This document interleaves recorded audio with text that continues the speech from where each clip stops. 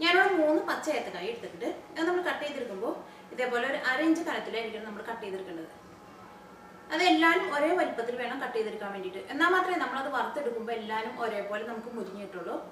പിന്നെ നമുക്ക് ഇതിലേക്ക് വേണ്ടത് ശർക്കര, 200 ഗ്രാം ശർക്കര. പിന്നെ നമുക്ക് ഇതിലേക്ക് വേണ്ട മസാലപ്പൊടികൾ. ഞാനിവിടെ ഒരു 1 ടേബിൾ സ്പൂൺ നല്ല ജീരകത്തിൻ്റെ പൊടി എടുത്തിട്ടുണ്ട്, 1 ടേബിൾ സ്പൂൺ ഏലക്ക പൊടിച്ചത്, 1.5 ടേബിൾ സ്പൂൺ ചുക്കുപൊടി. ചുക്കിൻ്റെ പൊടി കുറച്ച് കൂടുതൽ വേണം. കാരണം എന്താ വെച്ചിട്ടുണ്ടെങ്കിൽ നമ്മൾ ശർക്കര വരട്ടിക്ക് എപ്പോഴും കുറച്ച് കൂടുതൽ ടേസ്റ്റ് നമുക്ക് കൂടുതൽ നിൽക്കുന്നത് ചുക്കിൻ്റെ ടേസ്റ്റ് ആയിരിക്കും. അപ്പോൾ ചുക്കിൻ്റെ പൊടി കുറച്ച് കൂടുതൽ എടുക്കുക. പിന്നെ നമുക്ക് ഇതിലേക്ക് വേണ്ടത് പഞ്ചസാര. പഞ്ചസാര വളരെ കുറച്ച് മതി. പഞ്ചസാര നമ്മൾ ഇതിൻ്റെ ശർക്കര വരട്ടിയിൽ ചേർക്കുന്നത് എന്താണെന്ന് വെച്ചിട്ടുണ്ടെങ്കിൽ നമ്മൾ കായ നമ്മൾ വറുത്തെടുത്ത് കഴിഞ്ഞിട്ട് ശർക്കര പാനിൽ ഇട്ട് നന്നായിട്ട് മിക്സ് ചെയ്യും. അങ്ങനെ മിക്സ് ചെയ്ത് കഴിയുമ്പോൾ ഈ കായ എല്ലാം കൂടിയിട്ട് ഒരുമിച്ച് ഇങ്ങനെ കട്ട പിടിക്കാണ്ടിരിക്കാൻ വേണ്ടിയിട്ടാണ് നമ്മൾ അതിലേക്ക് നമ്മൾ പഞ്ചസാര ചേർക്കുന്നത്. അപ്പം നമുക്ക് നോക്കാം അതിന് ശർക്കര വരട്ടി ആക്കാമെന്ന്. ശർക്കര വരട്ടി ഉണ്ടാക്കാൻ വേണ്ടിയിട്ട് ഏറ്റവും തന്നെ നമുക്ക് ഏത്തക്കായ നമുക്ക് വറുത്തെടുക്കണം. അതിന് വേണ്ടിയിട്ട് നമ്മുടെ എണ്ണ നന്നായിട്ട് ചൂടായിട്ടുണ്ട്. ഇതിലേക്ക് നമുക്ക് ഏത്തക്കായ ചേർക്കാം.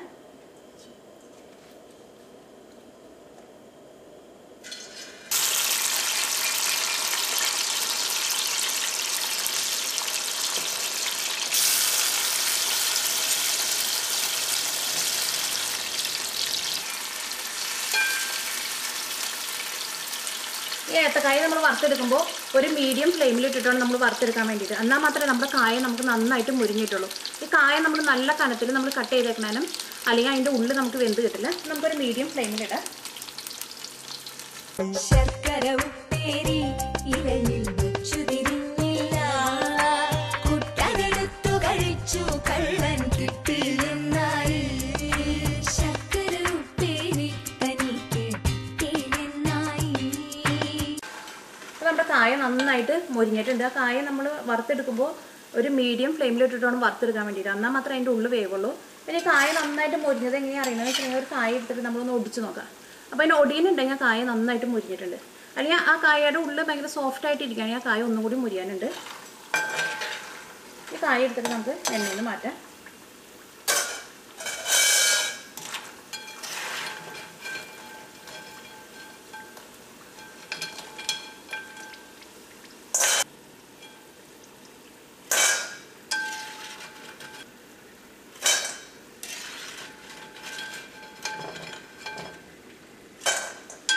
നമ്മുടെ കായ വറുത്തെടുത്തത് റെഡി ആയിട്ടുണ്ട്. കായ നന്നായിട്ട് മുരിഞ്ഞിട്ടുണ്ട്. ഇനി നമുക്ക് ശർക്കര പാനി ഉണ്ടാക്കാം.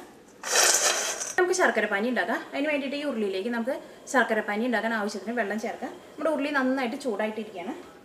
ഇതിലേക്ക് നമുക്ക് വെള്ളം ചേർക്കാം.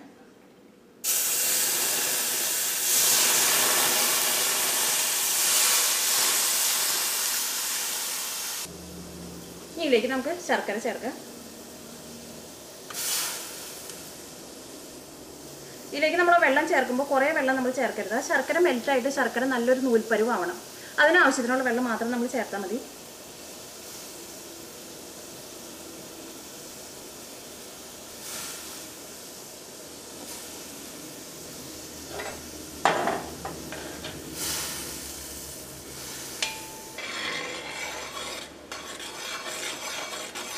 ഇപ്പോൾ നമ്മുടെ ശർക്കര വെള്ളത്തിൽ നന്നായിട്ട് മെൽറ്റായിട്ടുണ്ട്.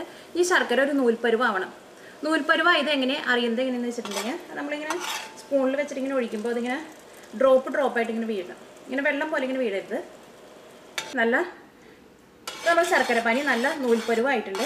ഇതിപ്പോൾ ഇങ്ങനെ ഡ്രോപ്പ് പോലെ ഇങ്ങനെ വീഴുന്നുണ്ട്. അല്ലെങ്കിൽ ഇതെങ്ങനെ അറിയാമെന്ന് വെച്ചിട്ടുണ്ടെങ്കിൽ നമ്മൾ നല്ല തണുത്ത വെള്ളത്തിലേക്ക് ഇതൊരു ഡ്രോപ്പ് ഒഴിച്ചിട്ടുണ്ടെങ്കിൽ നല്ല ക്രിസ്റ്റൽ പോലെ വരും. അപ്പോൾ നമ്മുടെ ശർക്കരപ്പാവ് റെഡി ആയിട്ടുണ്ടെന്ന് മനസ്സിലാക്കാം. നമുക്ക് ഇതിലേക്ക് നമുക്ക് ഈ നന്നായിട്ട് കുറച്ച് വയ്ക്കാം. ഇതിലേക്ക് നമുക്ക് നമ്മൾ വറുത്ത് വെച്ചേക്കണ കായ ചേർക്കാം.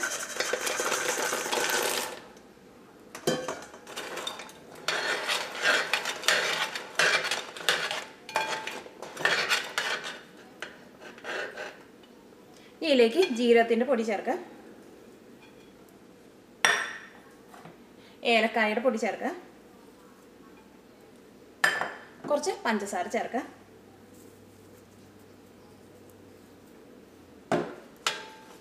ഇതെല്ലാം എടുത്ത് നന്നായിട്ട് മിക്സ് ചെയ്യാം.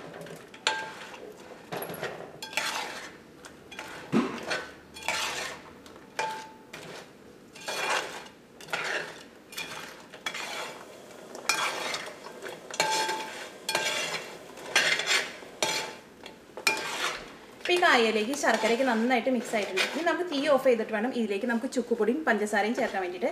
പഞ്ചസാര നമ്മൾ ചേർക്കുന്നത് എന്തിനാണെന്ന് വെച്ചിട്ടുണ്ടെങ്കിൽ ഈ കായ എല്ലാം കൂടിയിട്ട് കട്ട പിടിക്കാണ്ടിരിക്കാൻ വേണ്ടിയിട്ടാണ് ഇതിലേക്ക് നമ്മൾ പഞ്ചസാര ചേർക്കുന്നത്. ഇനി നമുക്ക് തീ ഓഫ് ചെയ്യാം.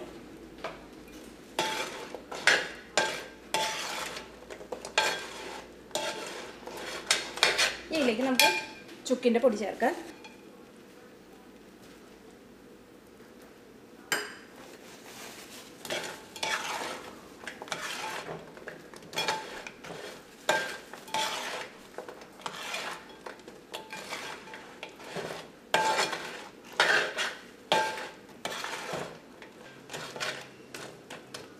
ഇതിലേക്ക് പഞ്ചസാര ചേർക്കാം.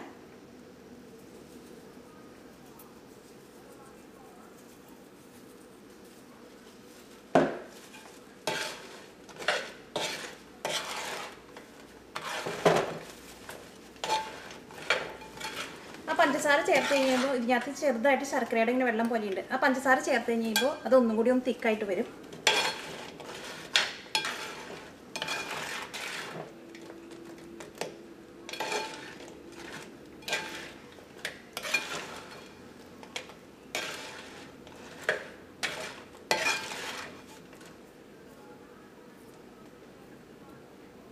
നമ്മുടെ ശർക്കര വറ്റി റെഡി ആയിട്ടുണ്ട്. ആ കായയിലേക്ക് ശർക്കരയ്ക്ക് നന്നായിട്ട് പിടിച്ചിട്ടുണ്ട്. ഇതൊന്നും കൂടി ചൂടാറി കഴിയുമ്പോൾ ഇതൊന്നും കൂടി നന്നായിട്ടൊന്ന് സെറ്റായിട്ട് വരും. ശർക്കര ഉപ്പേരി